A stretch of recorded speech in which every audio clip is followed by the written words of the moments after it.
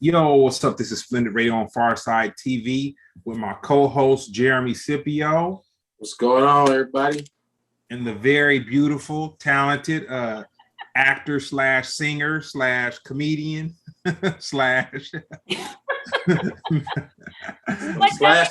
all the things. How y'all doing? Can y'all hear me good? Because I'm on my computer. Can you hear me? Yeah, we got you. Good. How y'all doing? We good. Thank you for tapping in real quick on us. No worries. I ain't had nowhere else to be. Plus, I'm down for my brothers trying to do the right thing to spread good cheer and the giggles. So if I could be a part of it, I'm down for it. Cool. So I'll bring the hip hop side of the podcast, and Jeremy brings the comedy. But we're gonna get into the other things that you do. But just starting it off, where were you the first time you heard hip hop, and what was the song? Ooh, I was in Tatum, Texas, and it was "It's trick to walk around. That's right, it's tricky." I'm showing my age, but that was probably one of the first songs because I didn't really get to really grow up on rap because I grew up as a Jehovah's Witness. So I didn't start, and then I went to a Black college. So I started learning a lot about hip hop when I was a freshman in college because we just didn't, listen to it like that. And I'm from such a small town, like the closest, city is like Dallas, Texas, Houston, Texas. And it's so horrible. We didn't even really just have, like, you barely could get like an R&B, station or a hip hop station because of where I grew up. So it was a double whammy on that. But I caught up quickly. You've been in LA for a while, but you still got that Texas accent, just a little bit. Yeah. Yep. So you and the more I talk, like if I get really excited about something, you'll really hear it. But yeah, I've been out here for a minute. I don't think I'm ever gonna lose it. I don't think I will. Plus, I ain't trying to. So you said you went to I believe you went to Prairie View? Yeah. So did you know Premier, or did you meet him? Or I know Premier. Yeah. Okay. Yeah, okay. I know Premier. Yeah, What? yeah. I tell all my people, even if you just go a semester, you got to hit you up HBCU just for the culture. They're gonna teach you how to survive, how to make it in the world. You're gonna learn real quick to when somebody tells you no, not to take no for an answer, because that's all you get. Because I didn't really learn the difference between that and other colleges. I was at Prairie View and some friends of mine were at U of H. We were standing in line all day to register, like 8-9 hours. She was like, "Oh girl, I registered this morning online, 20 minutes. And that's the difference. But I bet you I know how to get in line early, get my business handled, go do what I got to do and not wait. Because guess what? Technology run down, they ain't gonna be able to do nothing. So go to a HBCU, people, at least for a semester, at least. They shouldn't even issue out people their black cards unless they go to HBCU for at least a semester. Real quick, and if you want to talk about this, you don't have to. But no, it's just the fact that you they said when you said my name with so much conviction. Oh, like, I don't want to tell you. Most people get my name wrong. Yeah. But I mean, from the day I met you, I feel like I've been knowing you for years. Could you please tell me what connection you have to my name? Because his name is Jeremy Scipio, and you never meet black guys, that are Jeremy. And then you never meet black guys that are named Scipio. And two guys that I used to, when I first met him, he was like, "Man, my name is Jeremy Scipio." And I was like, "What?" And it actually was two guys. His first and last name was the name of two guys that I used to date way back in the day in Texas. So I said, "I'll never forget your name because of these people." And so everywhere I see him now, I call him by his whole name. "Jeremy Scipio, what you doing?" My buddy don't. I was going.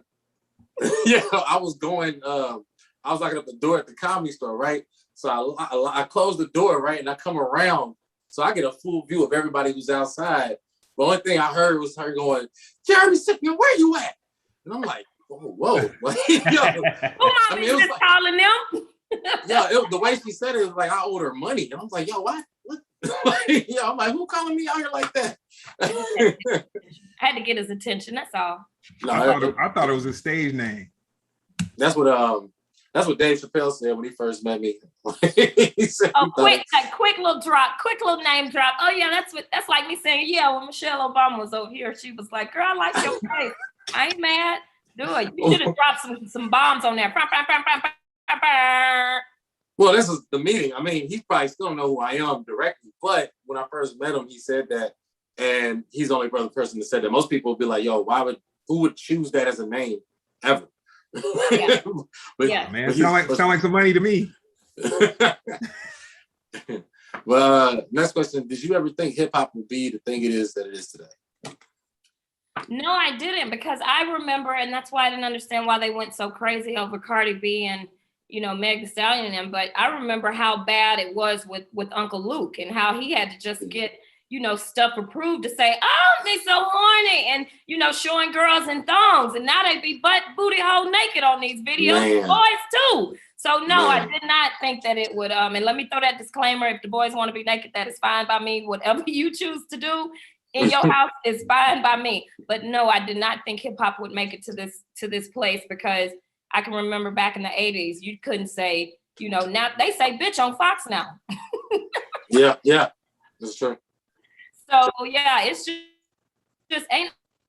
I really, I'm curious to see. I hope that hip hop takes a turn back to like the way it used to be, because all of that and the mumble rap that's coming on now, and everybody wanting to kill themselves and take a pill, and I hate myself. I like the hip hop that was like, I like the girl, she down the street, I want a meal, and stuff like this. And yeah, not the I hate myself, I'm gonna OD, nobody likes me, nobody wants me. That's not, you know what I mean?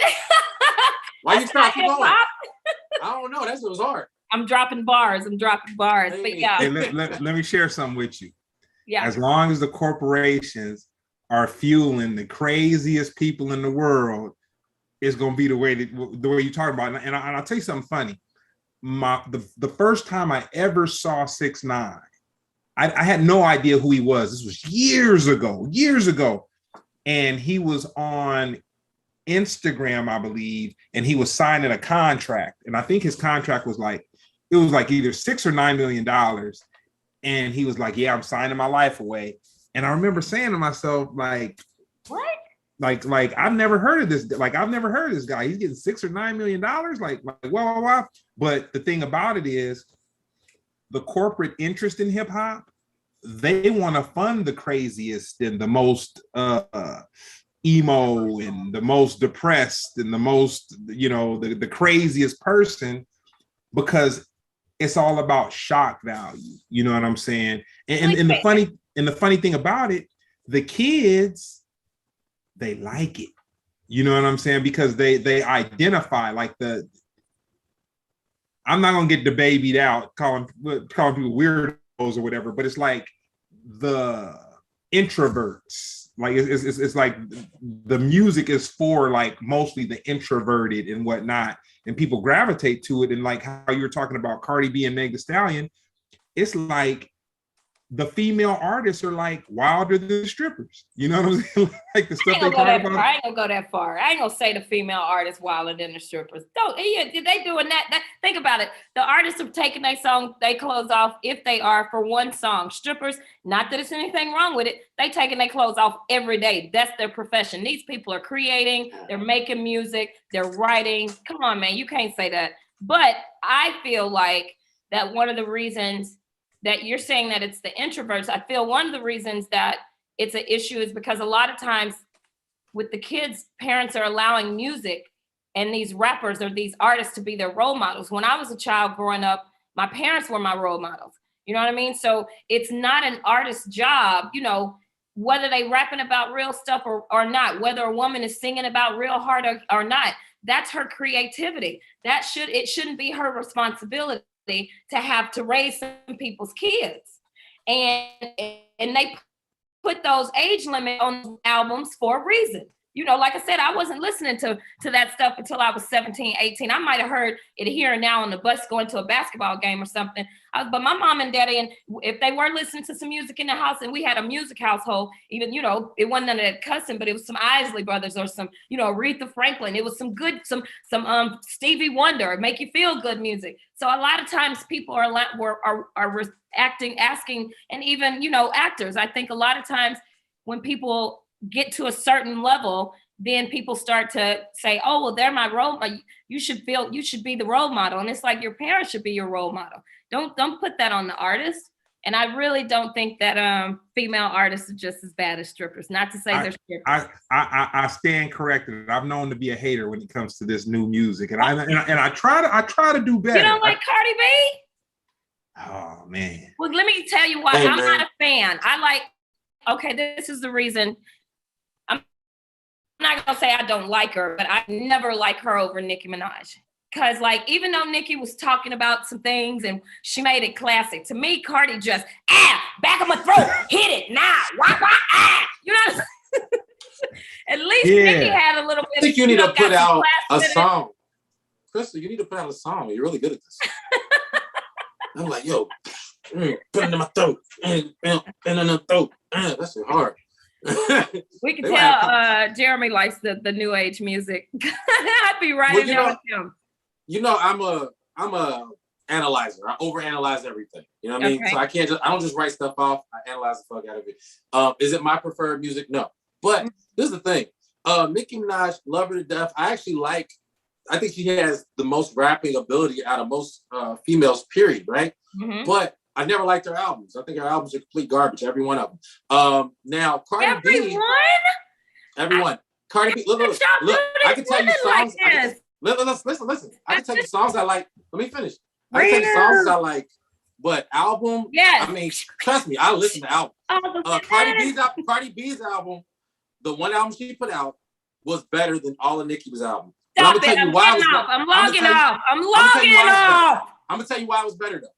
Because Cardi's was literally, she would take each song was inspired by a different modern artist. You could tell. Like the intro track was a Meek Mill track. It was straight up like Dreams and Nightmares, the exact same track. And every track she stole from the Migos, she stole from herself. Even Bodak Yellow, she stole from Kodak Black. You say who gonna do the weed? He's the hunter, he's in the sun. You can't even understand what this woman is saying half the time. You can't say that lady's whole album is better than all of Nicki's. Come on, Jeremy, stop that. Come on. You know, there was a philosopher that once said this quote that really struck me. And it goes like this. If it's up, then it's up. If it's up, then it's stuck. If it's up, then it's stuck. If it's up, then it's stuck. Oh, and also this philosopher said, broke niggas don't deserve no pussy. I know that's right. I'm sorry. Can't argue philosophy. I really wish that they could collaborate and they could see, because as a woman myself in comedy, you know, Jeremy, and you know as well, you know, it's less women. And so with it being not only but a few of us, I just always hope that we can all get along. So I really hope, I'm putting it out there in the universe and in the manifestation gods, that Nicki and Cardi can, you know, work that out. And man, can you imagine how dope it would be? Like, cause you know, we're all doing female shows. So imagine if it was Remy Ma, Cardi B, Nicki Minaj, who else would we add on there? Little Kim, you gotta put the queen. Yeah. And Lil Kim, and they did a tour. Right. Come on, man. Right. Come on. And people don't understand we're stronger in numbers. We're stronger in numbers. Now, Lil Kim had good albums. You know what I'm saying? Yeah. And it'd be dope if Nicki and Cardi combine forces, because then Cardi B could teach Nicki Minaj how to make one good album. I'm not gonna let you do it, sir. I'm not gonna let you do it. Not gonna let you do it. She can make, not going to let you do it. Put this song right here. Then put this song right there. Jeremy, where are you from? Cincinnati, Ohio. Oh, that's why. That's why, right there. You know what? You know what though? They invented these things. They invented these things called TV and planes. So I actually am from everywhere. Okay, but your roots is Cincinnati. That's your roots. Something like that. Something like that. Mm-hmm. Something like that. Speaking of which, this leads us right into the next thing. You told us where you're from, but could you give us some more detail on the culture? Oh, okay. The little town that I'm from, I'll tell you this. We used to have to drive 30 minutes just to get to a McDonald's. We had one red light that never got to turn green. It only blinked all the time. My principal, my school teachers, all like I could walk to school. Then Elementary, middle school, and high school were all in the curve. Like they were all Hey, like, so everybody you too? rode the same school bus. Yeah, I mean, it was, I'm telling you, very, very small town, to the point where you knew everybody. Like my high school graduating class was 113 people. And everybody, my friends, if you went to elementary school together, you went to middle school together, you went to high school together. But I wouldn't change it for nothing in the world, because I really feel like people from the country were raised better. Just because you had time. You had time. Your parents had time. It wasn't a lot of, hustle and bustle. Everybody was eating dinner together, 7 o'clock, shelling peas, doing something, but you was doing it as a family. In the city, you got too many distractions. I don't think that, I would hate to raise children in the city. If I had kids, I'd want to raise the country. Yeah, I'm a country girl. I can scale a fish, spoon, can shoot a rifle. I know how to deer hunt, squirrel hunt. Come on, man. I'll fish probably Jeremy in this man right here. Yep, that's it. I had instead of McDonald's, we had a Wendy's. That was like the restaurant of the area. Yeah, we had a Dairy Queen. When they built Taco Bell, man, our whole neighborhood was tripping. We was like, yo, we got Taco Bell now. Man, we was up there. We was like, yo, we coming up now. Hangout spot. That would be the hangout spot for all the kids after school. Everybody go to the Dairy Queen. And now to this day, because they don't have too many here, but if I see a Dairy Queen, I'm stopping, just because I don't see them no more. But that was fun. But I had fun. I had a very good childhood. I can't complain. I was a tomboy. I was the girl that nobody wanted to date. Everybody wanted to race, or, I was heavily into sports, and I wasn't, I'm still not the damsel in distress. I'm not the girl that's like the cool girl. I'm the goofy comedian that, the more uncomfortable I am, the more I want to make people laugh, because I hate confrontation. So if you see me tap dancing in the middle of the street, it's some beef somewhere that I'm trying to diffuse. That's how I felt when you said my name at the comedy store that day. I was saying like you. He came around that corner like who is calling me? Yeah. That was good times though. It was. Anytime. I mean, Comedy Store. I mean, it's a. How long you been working there?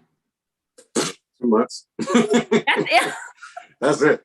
I've been around for. I mean, honestly, most of the moves I made from comedy has somehow evolved from the Comedy Store. Like it's just, if it wasn't for them, I wouldn't even be able to make money. The money I make in comedy, or just the notoriety I got. Like people used to go on this. You know how comedy put your name on the website. So even though I'm not a paid regular, they put my name and my show on the website. So people was like hit me up like, yo, I seen you at the Comedy Store. I seen your stuff. So I was running away from working there, but when they offered it to me, I was like, yeah, I might as well just do it. So why were you running away from it?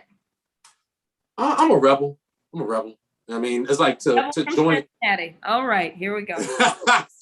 Cincinnati's corporate, but yeah, I just I didn't want to join the man. That's the man. That's like Def Jam. You know what I'm saying? Like Def Jam, Universal. You know what I'm saying? Like that's the man. Yeah. You know what I mean? The corporate. Yeah, but you do realize too, the networking you get to. The people that you run across, just like you said, just having your name on the website. Hell, I probably wouldn't have done this if you didn't work at the Comedy Store. No, I'm playing, but maybe not. Nah, I met you at Crane. Jeremy's a gatekeeper. He runs from it, but he's a gatekeeper.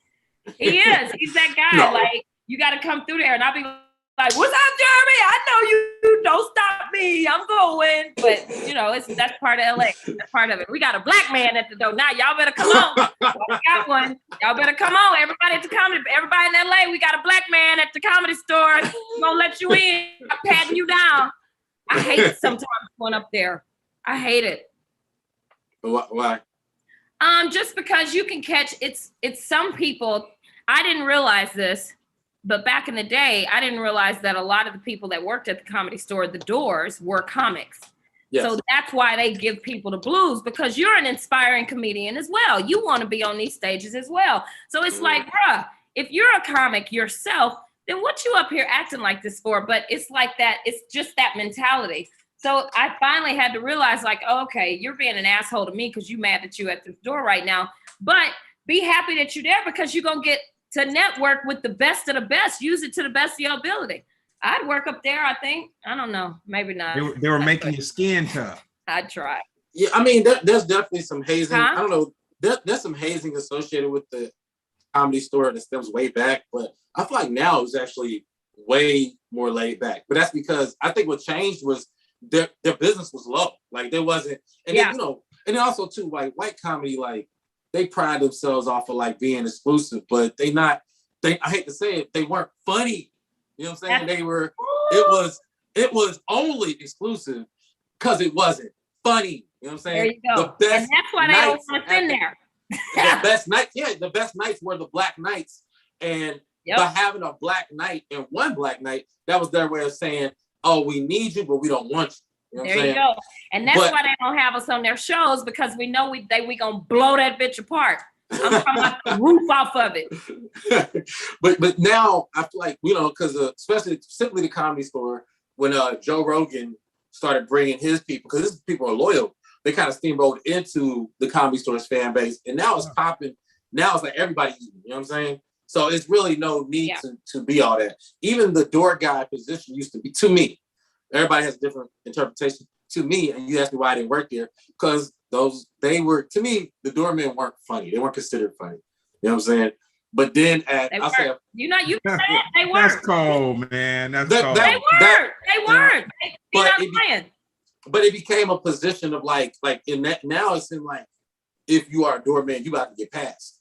So I'd be like, oh, okay, I see you moving up. You know what I'm saying? But when I first came around, that was like you was almost signing up to be sidelined. Like you're like, hey, I'm just desperate to get in, so I'll do whatever it takes to get in. I'm desperate. And I just want to be known for my bars. I want to be known for my bars. It's like a rapper, like, bro, like I ain't got no gimmicks. Like my bars are my gimmicks. Yeah. You know what I'm saying? But anyway. As they say in the business, white rooms make you money and black rooms make you funny. There it is. It's definitely true for that. My interpretation is, go ahead.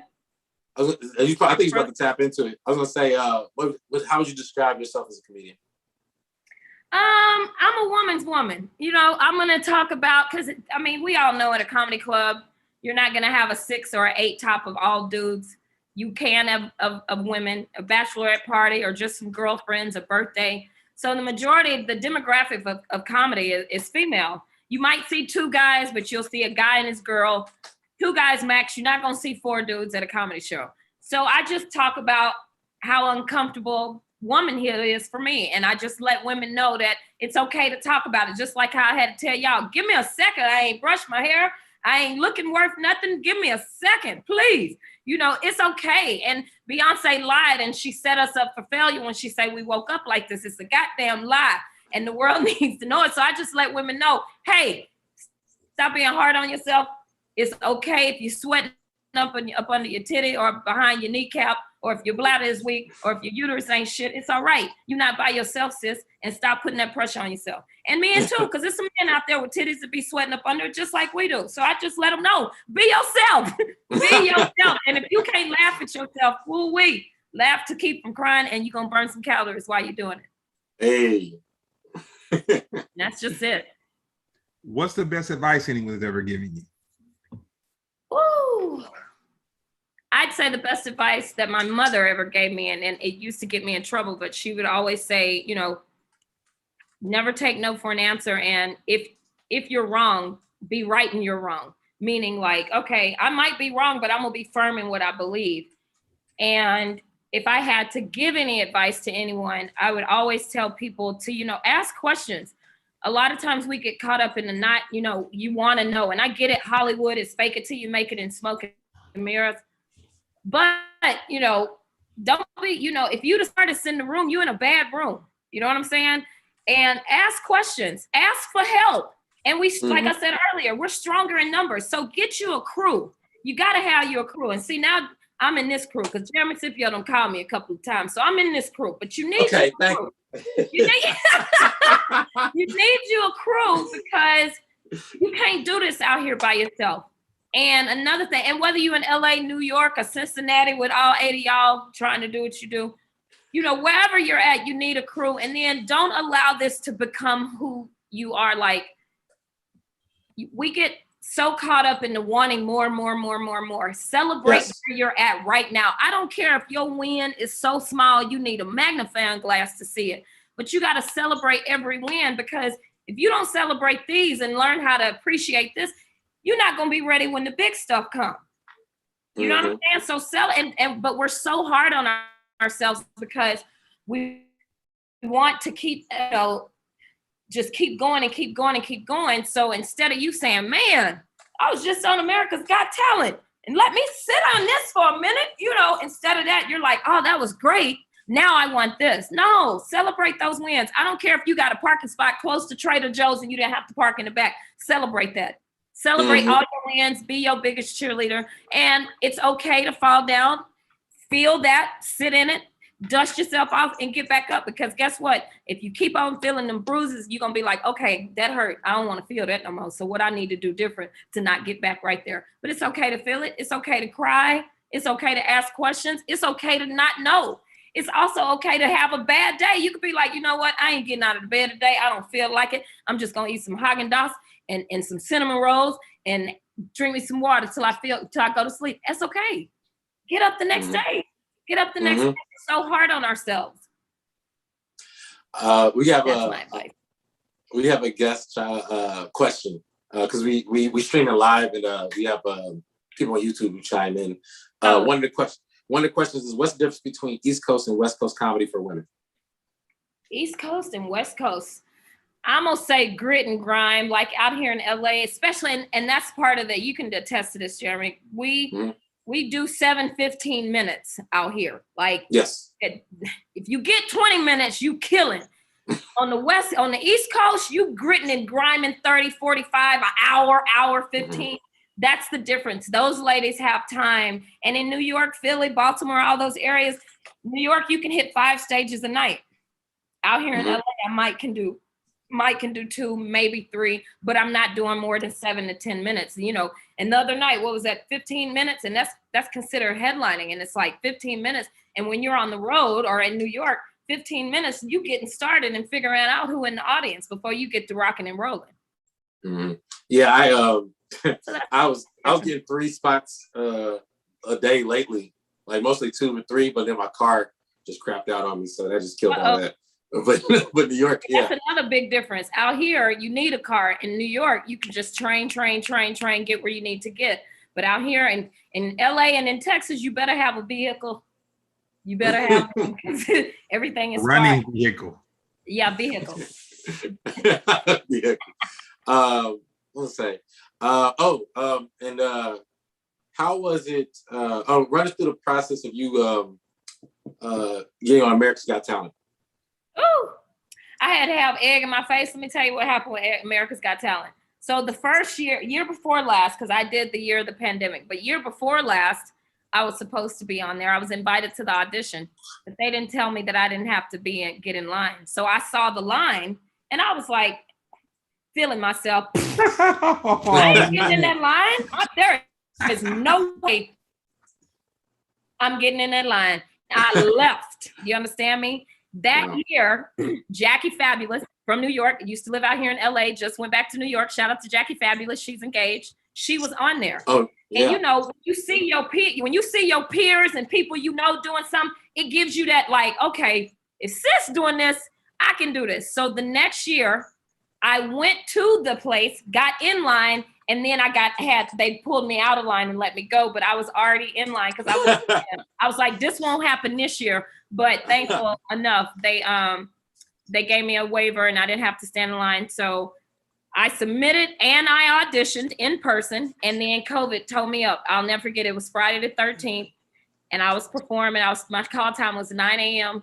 I didn't perform until 11 that night. And even that night we went through, it was, oh, we're going to cancel. No, you're going to perform. Oh, we're going to mic you back up. Oh, you're not going to perform. Then last time they were like, you ready? I was like, fuck it, let's go. No audience, nobody but the crew.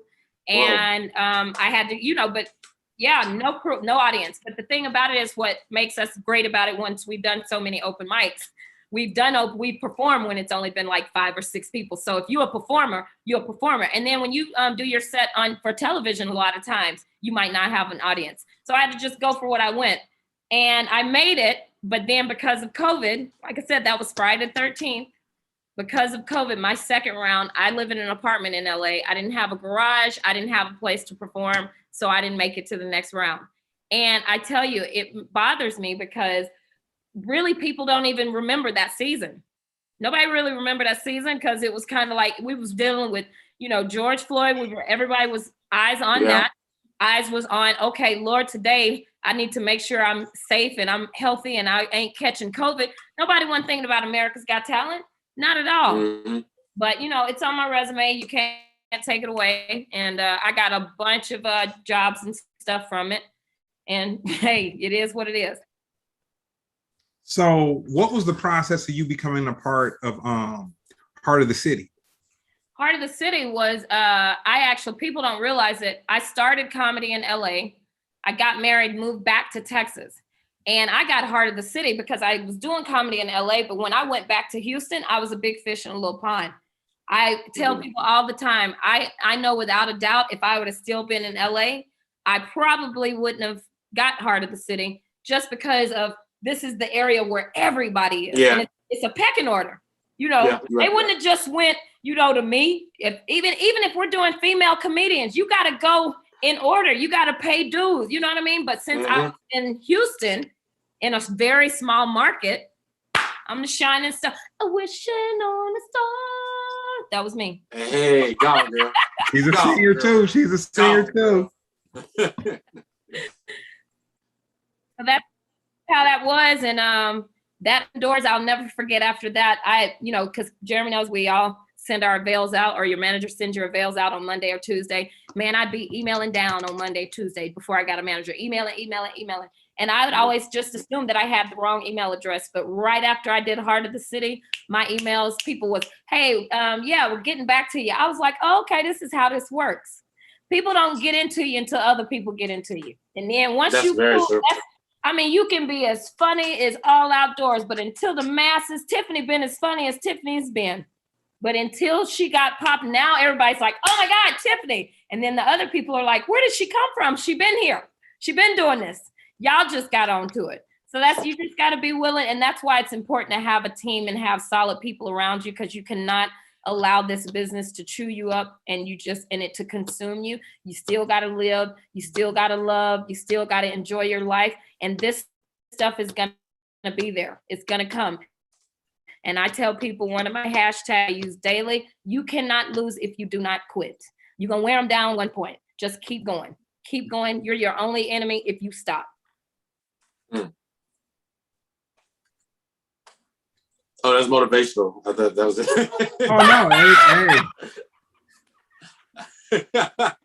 Hey, she is.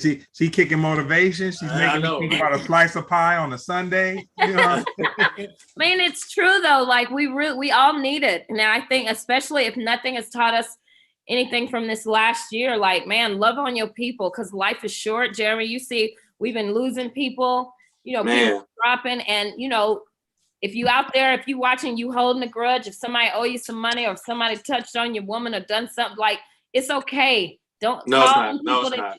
Well, not the touching on your part, but okay, that was a little much. But if somebody, if you ain't talking to somebody because they owe you $20, call them back. You right, Jeremy does love his woman. I saw him at Zainab them show. They was holding hands and hugging and sitting Indian style, all in one motion. All right, interview over. It was over when you said you ain't like Lil' Kim. Nah. Tell us a little about My BFF. How was that? My BFF. What's that? A movie I did? That was a long time ago, right? Yeah. 2016. Yes. Well, you know what? That was one of those movies. Shout out to Jaylene. I just got a call. Hey, you want to do a movie? And I was like, yep. And that was it. Went in, did it. And that's why I tell people a lot of times, yeah, you need a manager. Yeah, you need an agent. But out here in LA, it's word of mouth. It's connections. And I'm going to tell you something. It's a lot of funny people. It's a lot of talented people. It's a lot of people that are just very on point. But what they're missing is that they're assholes. And I don't care. I'm serious. And nobody wants to work with an asshole. So you could be funny all day, but if nobody wants to work with you, you're not. Jeremy, am I lying? You're not gonna get no work. It's all about. It's all about who you can chill with. If I can't chill with you, I ain't working. Yeah, it's all about who can get along, who's the team player, who can check their ego on the door. With the tour that I'm on right now, it's 4 fire women. It's 4 headlining women. And should we rotate? Or, hey, what you want to do tonight? You feel like hosting? My stomach hurt. I don't feel like hosting. Okay, you want to go first? Or you want to go? And you just got to be able to go.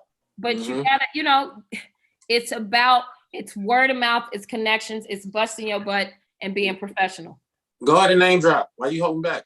Oh, it's Miss Vivica A. Fox, and she's hosting for us. Actually, this weekend we're going to be in Milwaukee at Turner Hall, downtown Milwaukee, and then Houston on the 4th. But Vivica hosts, and it's myself, Kelly Kales, Ashima Franklin, and Just Niche. And when I tell you, if y'all are out there and you can catch one of those shows, please catch it if you're in Milwaukee.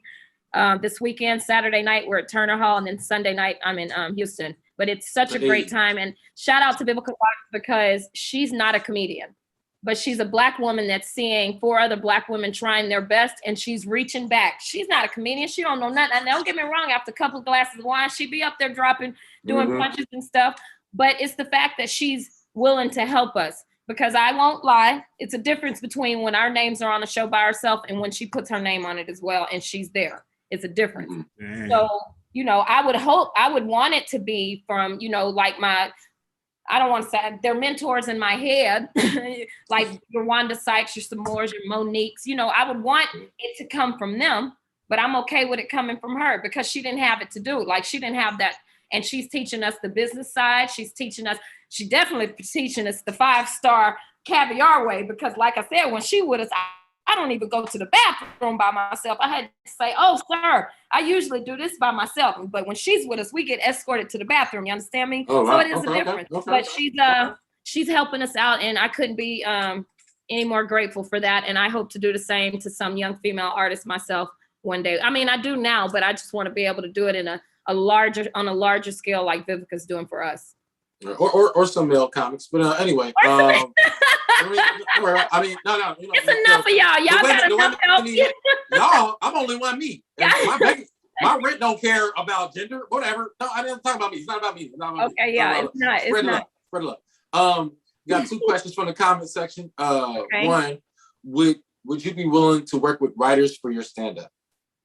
Yeah, once I get to that level and I can afford it, come on. The more the merrier. Punch me up. Yes, I definitely would. And Jeremy, you know how we do it. And when we're doing our sets, comics in the back, they're like, when you get off stage, hey man, you could do this. Hey, you could do that. So I'm never that comedian that's like, oh my God, I don't want to tag or don't help me. Yes, listen, I am that woman. You are stronger in numbers.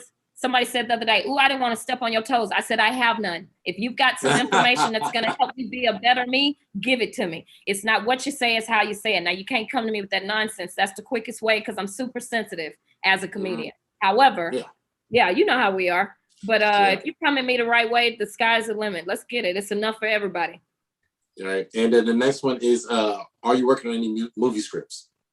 Yes, I am. It's 2 that we're working on. We have... one is a TV series, scripted, and then there's a movie that I'm working on right now that we're in the process of trying to get into pre-production. So it's a couple of things that are cracking. Yeah, it's some things. It's just, I can say this on here with you guys. Just a couple of weeks ago, Jeremy, we were on the phone because that was one of the shows that I didn't make. I shot a pilot, it got picked up, and I didn't get picked. Oh, and when I tell you my feelings was in the toilet, oh y'all, I was crying and then I was like, I don't even know why I'm crying because I've not gotten stuff before. And my girlfriend was like, it's okay. You can feel that. But I just knew I was on there. Oh, I done shot the pilot and it's picked up. Money. Oh, I'm getting it. And they went on. Not only did I not get it, they didn't even tell me that I didn't get it. I found out on IG. So, that just goes to show after you're only as funny as your last show and you got to dust yourself and get on and move on to something else. You can't dwell in the mishaps. You can't dwell in, you can have the woe is me moment for 24 hours. After that, it's time to get on up. Anything over 24 hours, that's enough. But you can allow yourself to sit in that. 2014, there was a pilot shot, nothing. And I was all up in that mug. all up in it. I was like, oh, this is the one. But you know what? They was green light everything like the pilot. So I was just like, oh, this is gonna go. Yeah, this is sure. Yeah. Nothing.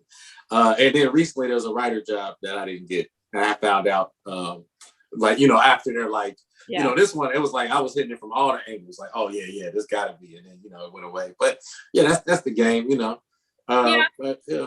I mean, but it's just as quick as that goes away, something else, it's always.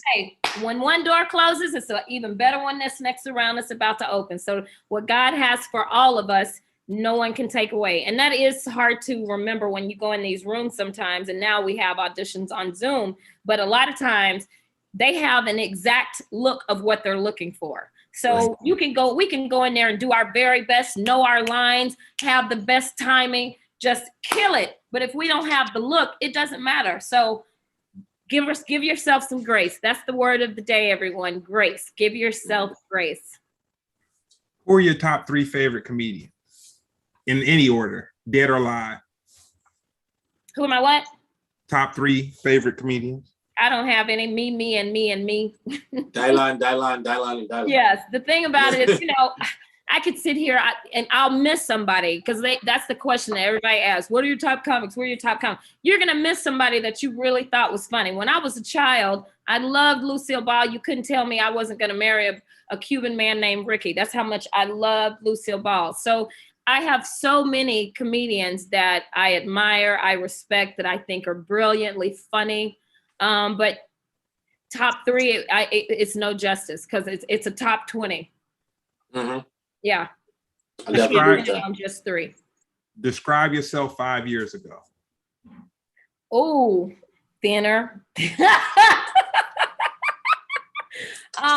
years ago, 5 years ago, I was kind of getting started being a professional comedian.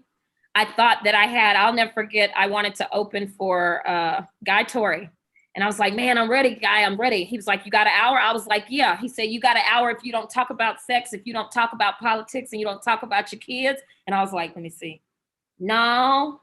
So I didn't have an hour. So Guy, hold on, wait. I've known Guy forever. He's always like that. He's always like that. He's always like gunning for I remember he got mad at me just because he did 45 minutes and I was chilling with him. We was in the room chilling. Everything was great, right? He goes on stage, kills for 45 minutes straight, get off stage, right? He's mad. He was like, man, I do my time. Man, I hated it. I thought it was an amazing set. He's like, what do you know, man? How long you been doing comedy? He's like, man, you don't know.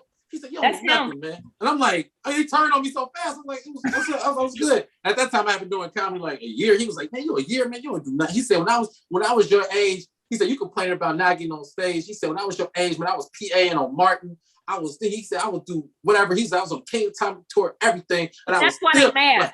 And I'd be like, okay, I just said cassette.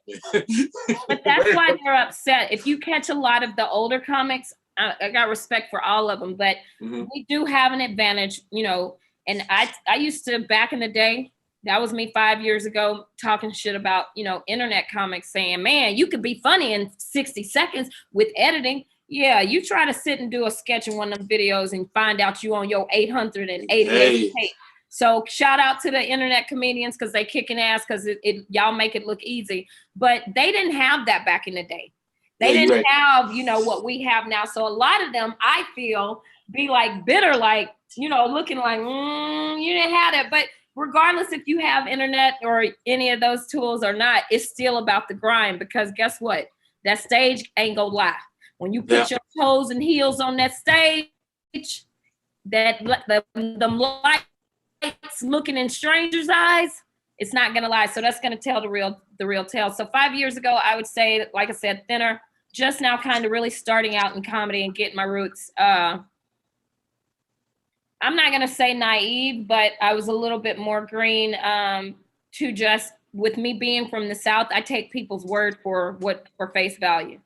If somebody tell me they're gonna do something, you believe that they're going to do it, or you feel like somebody's in your home, or y'all have dinner, or y'all break bread, y'all riding cars together, y'all cool, they won't steal from me.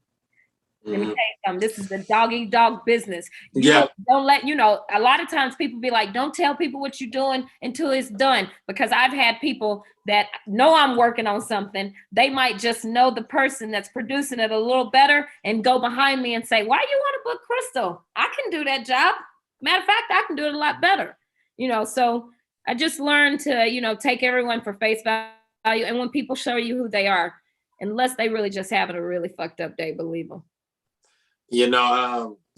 There's some people who been biting my style recently, and what's funny about it is that because I really don't care as much, but it's so funny when you are like more open with your ideas, whatever, and the people tend to be open with you about taking it. They'll be like, oh yeah, what did you do to do that?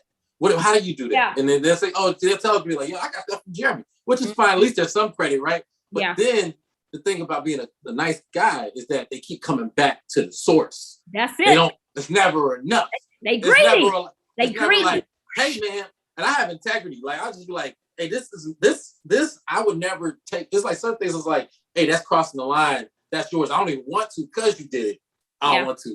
But they don't. They be like, yo, this dude doing the special. He's like, so what did you go through? Like the lighting, what mistakes did you make? I'm like, well, chill, bro. You to write it down. Give me the transcript on how to. And that, let my shit. They'll do it. And this is what problem you see.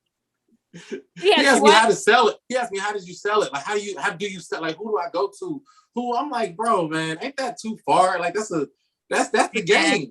That's the game. You made him feel comfortable enough to ask, man. You made him feel comfortable enough to ask. He's like, man, why are you gonna stop now? You give me up. If you go that part and you up like this, as Nicki Minaj would say, you my son. You know what I'm saying? Like I knew you liked her. I knew you liked her. Look at you. I like her. Son. But this is the thing. I had to learn, like Jeremy, you're probably gonna run into this a lot now that you're at the store.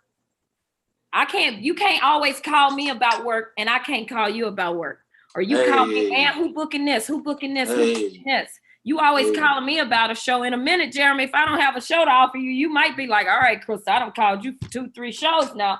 What's the deal? But I had to learn reciprocation. Like, you can't just come to me, because I'm the type of person, if I get an email about work, I'm forwarding it to everybody. Hey, they looking for this. They looking for this. They doing this. They doing this. But people weren't doing it back. So I was like, you know what? I'm not doing this no more.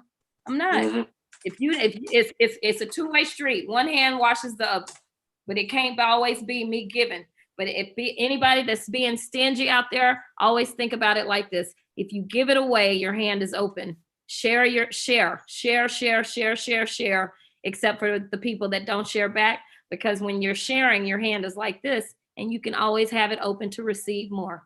Nah, man, I got the exact opposite message. Keep that shit to yourself. I'm gonna tell you why. Them niggas be like, you know how birds come back every day, and then after a while they start pecking at your roof because you like, oh, y'all ate all the That's seeds. The problem you with the birds. I'm saying with the people that's reciprocating. Your good crew. With the seed, yeah. Yes, with your crew, you gotta share. Man, these niggas, they don't get it. You gotta share. They ask you dumb shit like, oh, what time do the comedy store open? Like, nigga, like, yo, Google. that's some Google shit. Like, leave me alone. Yeah. Then they be like, yo. Then this is my favorite one. You tell me how you feel about this. How'd you get that? Yeah, man, how you get that? How'd you get that? How'd you get that? Yeah, that's it, man. How you get that? It's just a question. What's not a big deal? What's the big deal? How did you? Basically, what they're saying is, how did you, with your basic talent, get that big old job? Wouldn't you want to know? If you got it, that means I can get it. Yep. I can do what you do. I can do it. We make it look easy sometimes. At stage, it looks easy until you get up there and your mind goes blank. You be like, ooh, what am I going to talk about? You better talk about something.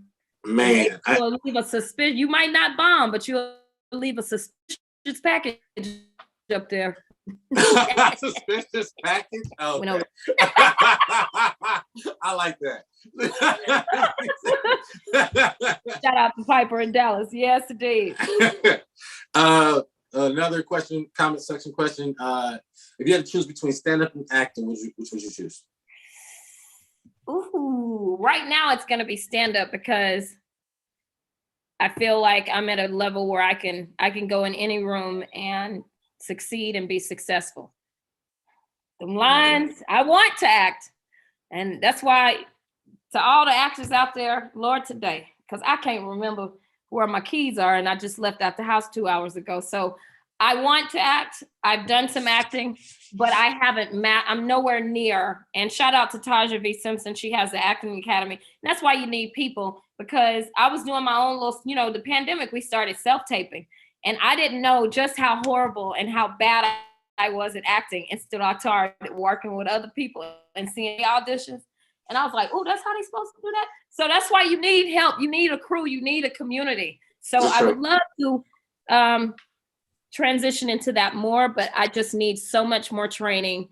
And I would be the person that would be like, hey, he went that way. So, that's what I would love to. I want to do more of it. I want to create my own show. I want to produce movies, but I do need training. I'm not that person. I'm naturally gifted and talented when it comes to the funny, but I do need some acting skill. I need some acting classes and to, just to learn how to be one into the character. Like I'm the person that's looking into the camera and I'll be swearing my whole jaw be just like shaking when I ain't even doing nothing. So I gotta get better at it. I'm not gonna be that person to say that I'm that thespian, but soon one day I will.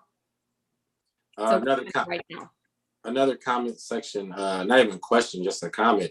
Girl looking fine tonight. Uh-oh. Be nice, people. What did he say?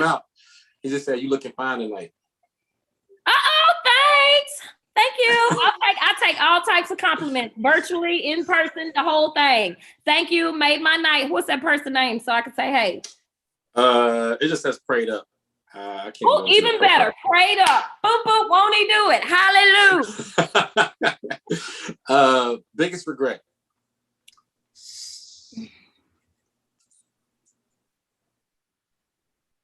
My biggest regret. Ooh. I'm going to say my biggest regret. Jeremy. Who? Jeremy.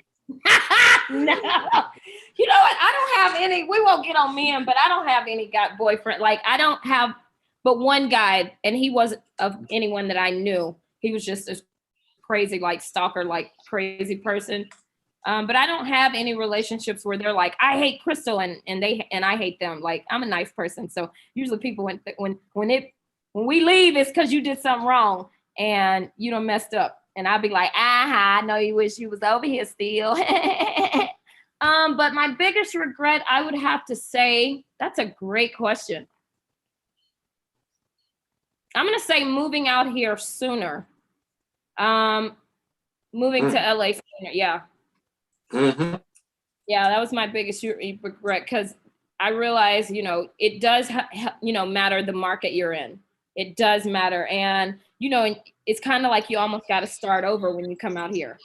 So I wish I would have kind of been out here a long time ago, but I'm here now. Ain't no better time than the present. Well, I appreciate you hanging with us as long as you hung. Yeah, I did. I got y'all extra 30. Yeah. You're a trooper. And this kind of ties into what you're doing right now. Where do you see social interaction going in the next 5 years? Just being out and as you're moving around the country doing your shows and whatnot.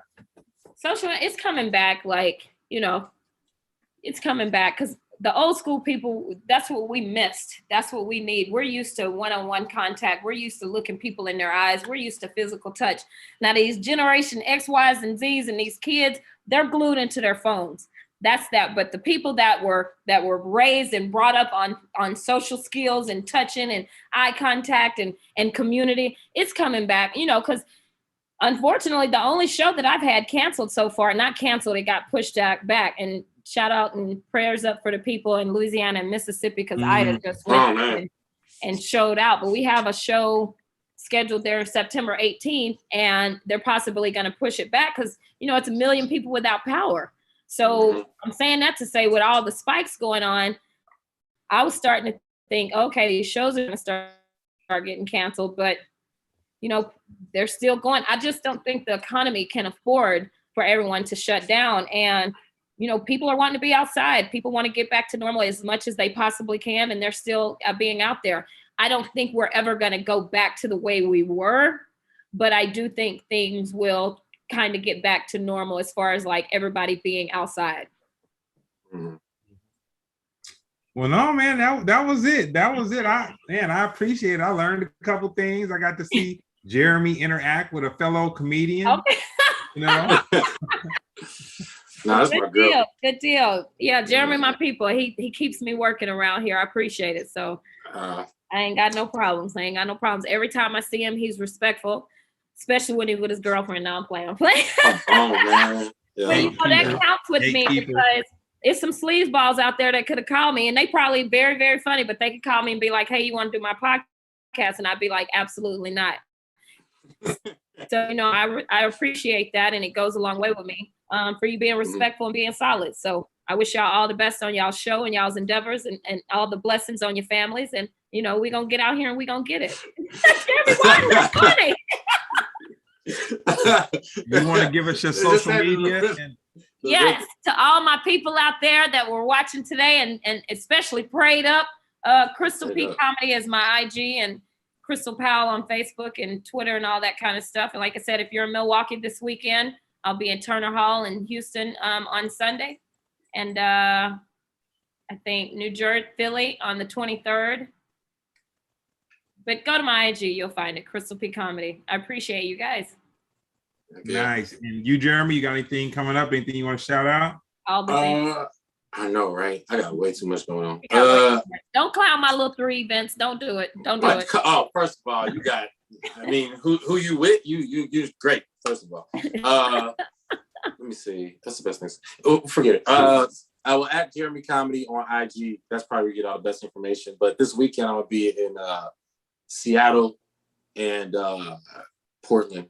I forgot the dates exactly, but it'll work out. Anyway, Seattle and Portland this weekend. Go to my IG. All right. Y'all go to his IG. All right. Well, no, thank you very much, Crystal. I appreciate you. Thank you, Jeremy, one more time. Yeah. This is Splendid Radio on PharcydeTV.